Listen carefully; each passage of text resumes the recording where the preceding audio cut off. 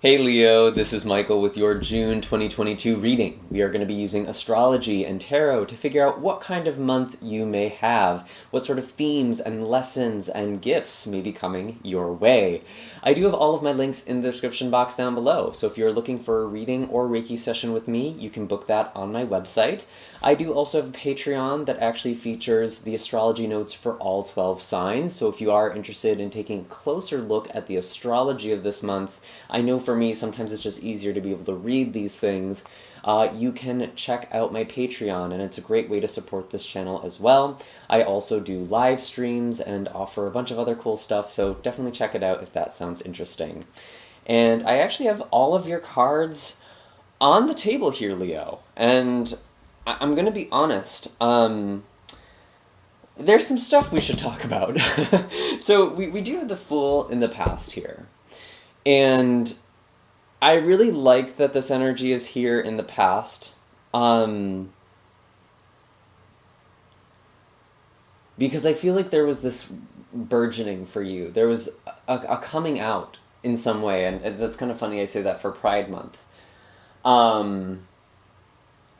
But it was like you just jumping into something, having this sense of freedom, and having this sense of life.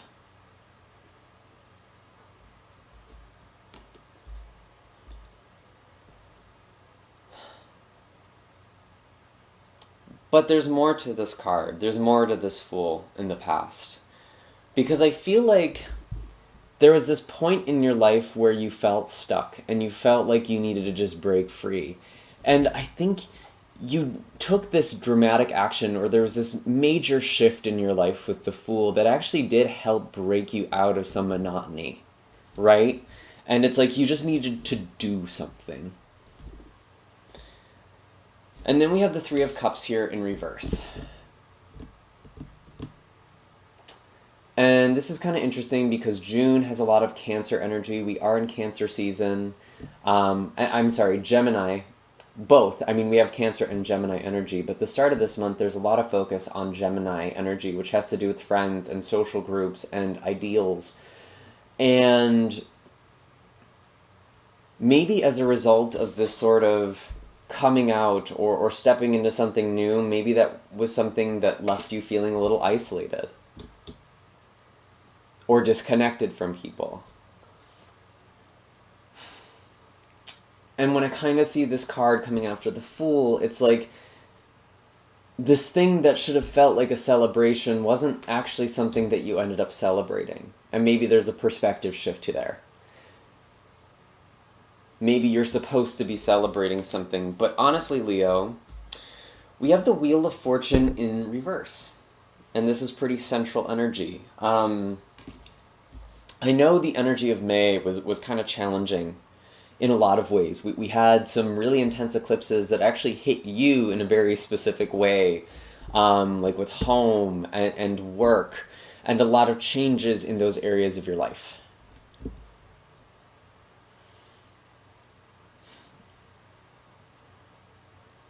And so I feel like June is actually a really good month to kind of catch our breath. And there is a lot of refocus, reprioritization that's happening this month. And I talked about on my website, June very much feels like the month where we are finally getting back to the things that matter.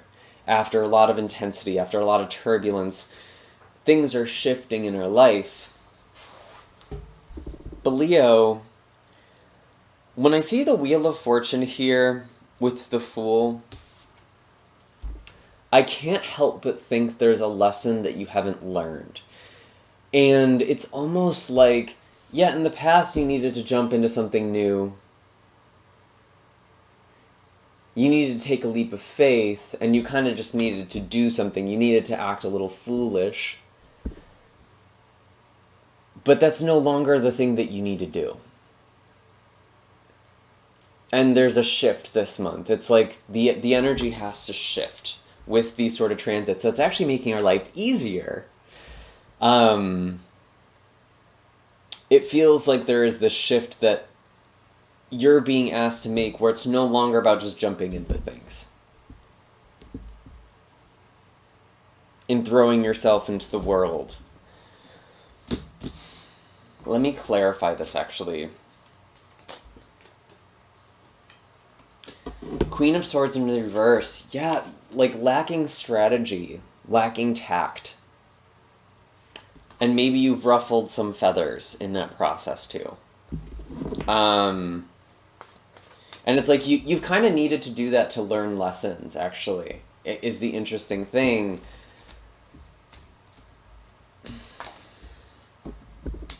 Ace of Cups. Yeah, you can heal this. You can heal this energy if there's been like a tension between you and other people. And it's almost like you kind of just needed to swing the sword and see what would happen as this Queen of Swords. Could be involving Libra or Sagittarius energy. We do have a full moon in Sagittarius this month as well. And that's kind of the part of your chart that rules over passion and creativity and romance and all these exciting things. It's the 5th house. Also children, too. And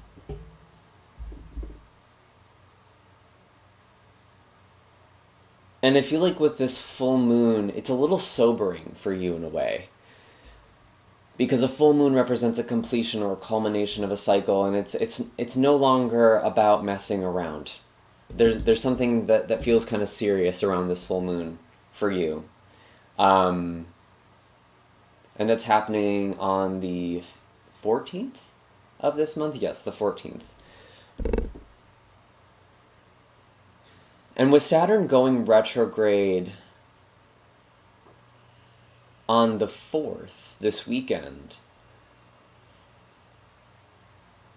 Saturn is going retrograde in your opposite sign. So lessons that have been coming up in relationships, that they may be lifting, they may be shifting around. And you're kind of back to focusing on these things. And when I see this full moon happening in your 5th house, and it's kind of aspecting, it's forming a sextile. There's an opportunity between the full moon and Saturn in your 7th house. There actually could be a relationship that develops into something more, especially with the Knight of Cups and the Strength card here. But overall, how I really want to read this energy, especially in kind of general with the Ace of Cups here, while there may be a new romance for some of you or a new relationship, I actually feel this is more about cycles, and it's more about patterns. And that's just been something that's been very thematic for you this year with Saturn in Aquarius. And I feel like this is a shifting point where it's like, for those of you who are single or for those of you who are dating, you want something that's actually going to work for you long term.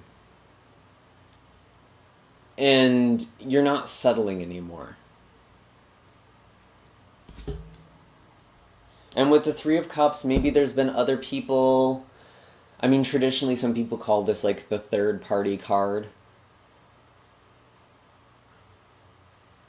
But I could see this as just dating and having fun and like throwing yourself out there and kind of dipping your toes or feet in the water. And maybe that was something that was necessary. But now the energy is really shifting.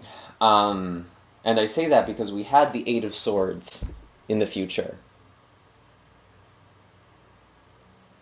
You might feel stuck in an energy or a cycle. And I actually clarified that with the 9 of Swords and the 5 of Swords. And I was like, oh man, Leo. And that's why I was kind of like, we need to talk about this energy here. I also think with Cancer season, it's very easy for you to get stuck in your head. It's very easy for you to not be able to tell up from down. Because Cancer represents your 12th house, your subconscious. It's the house of dreams and spirituality and intuition. But it's also kind of the house of illusion and sabotage and your undoing. And it's almost like you could think yourself or rationalize something that you know is actually not working for you. And I get this energy actually with these cards. Should I stay or should I go? And I think some of you are going to be making that kind of assessment in your relationships. Now, this may not just be romantic. This could also be friendships. This could be family relationships. This could be any number of connections for you. And maybe it's kind of just overall. Maybe it's all of the above for you. Maybe you're really trying to figure out, who should I connect with? Who can I connect with? Where do I find this really strong connection? This is actually the challenge with the Strength card and the Knight of Cups. And the Strength card is your card, Leo.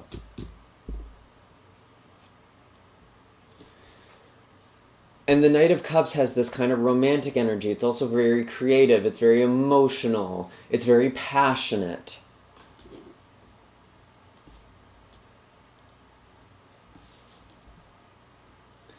I'm wondering if there's actually something...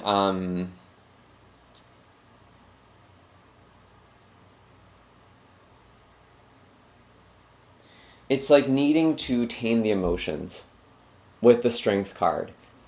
Kind of taming the beast here. What this really represents is composure. The Strength card isn't about brutality. It isn't about physical strength. It's about emotional strength.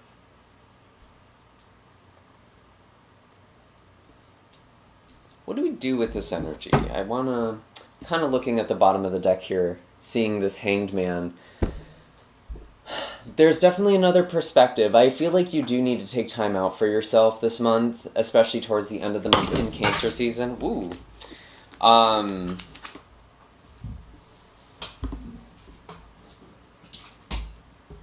Dropping all the cards here. Cancer season really is a good time for you to kind of check in with yourself and to take some time for yourself. And to slow down. That's another thing.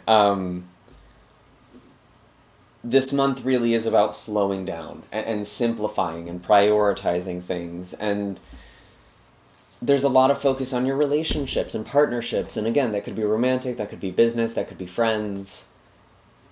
Who do you share your life with?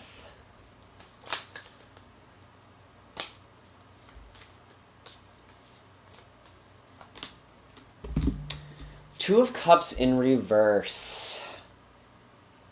I'm going to be honest with you, Leo. I feel like a lot of you are walking away from situations or relationships that just aren't working for you with the Two of Cups. Something is not reciprocal. Something isn't even. And I feel like this new moon in Cancer, the beautiful thing about this energy is that it really can connect you with your soul and your spirit. And there is this invitation to really look deeper. And this ability to do that. And I know that might seem like silver lining or like me really searching for something, but I really do feel this beautiful energy that comes when you're not afraid of walking away, when you're not afraid of letting go. I actually feel like with the Five of Swords and then the 8 and 9 of Swords here, it's like you kind of know there's situations or energies that aren't working. There's patterns that aren't working for you. And you're trying to keep yourself stuck in a situation, or you're trying to stay in a situation, and it's just making you more anxious. The longer you stay in this energy, the more anxious you become. And if you're just willing to let it go, I feel this very profound and beautiful energy for you. I actually do want to pull an animal card here as well. We have the Otter. I'm not actually sure if this is your energy, so I'm going to keep shuffling. The Otter really is this card that has this joy and enthusiasm. And for me, it almost feels like this joy and this pleasure that comes with non-attachment and just going with the flow and having fun and not being so invested and worried about where is this going. But I didn't feel like that was really your energy anymore. I think that's energy you've been in. I think there's a shift that's happening for you this month. And with the Snake card, there's a lot of magic here. And it's the magic of shedding a skin.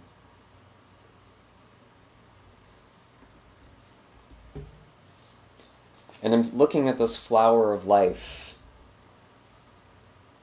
And again, there's just that very spiritual, interconnected energy with the snake.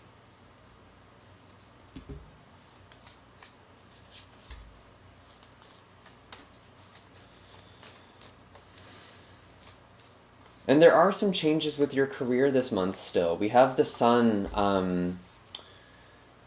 What is the sun doing?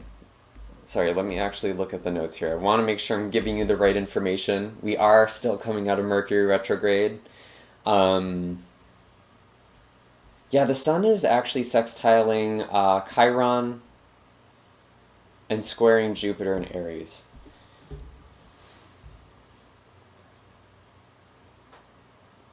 There's a lot of big emotions here. And with the Chiron energy, it's like you may have to have some hard conversations, but ultimately it leads to healing and resolve. And that's actually happening for you pretty early on this month, on the 6th. And I'm referencing the sun in Gemini for you, Leo, because you are ruled by the sun, and the sun is very, very important to your sign. And also with Neptune going retrograde at the end of this month, same day as this new moon, on the 28th, which is kind of interesting. It is really helping you see your shadow side and find the light in the darkness. I love, right as I say that, I pull the owl. This mystical energy, which is all about seeing in the dark. And that's the gift, that's the blessing. You see the gifts and treasures that other people can't. And you might see it in a very spiritual way. And you're transforming a lot this year, Leo.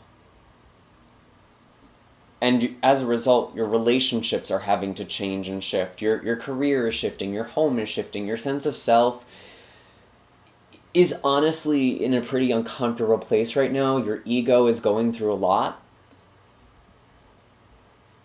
But trust the process. And what's interesting about both of these animal cards is that both snakes and owls will eat their food, they eat their prey whole. And so it's like you're just swallowing something.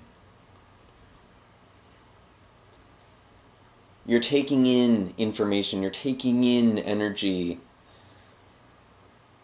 And there may be kind of a regurgitation.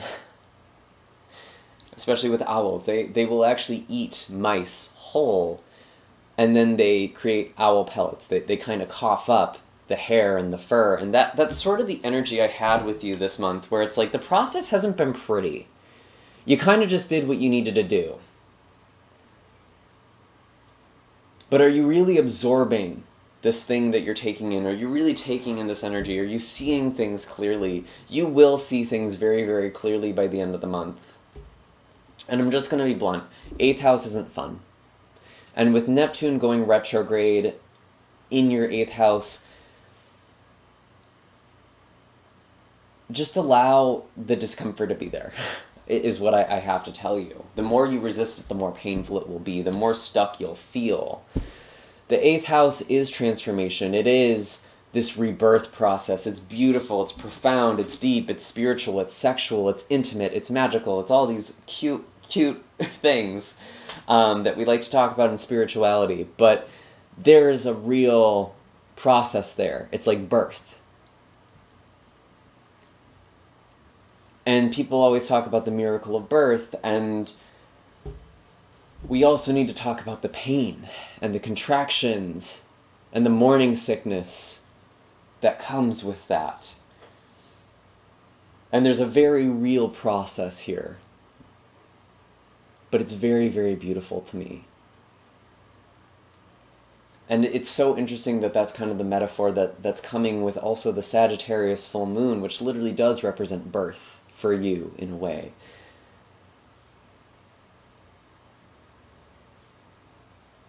There is a birthing here that is happening this month. Something is being born.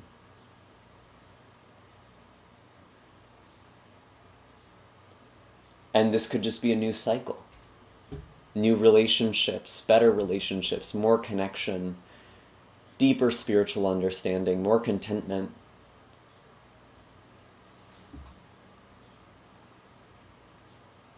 But there's absolutely a process here. And trust this process. Take in this process. Don't be afraid to take this energy in and to allow yourself to be transformed. And I actually have a very visceral sense of completion with that.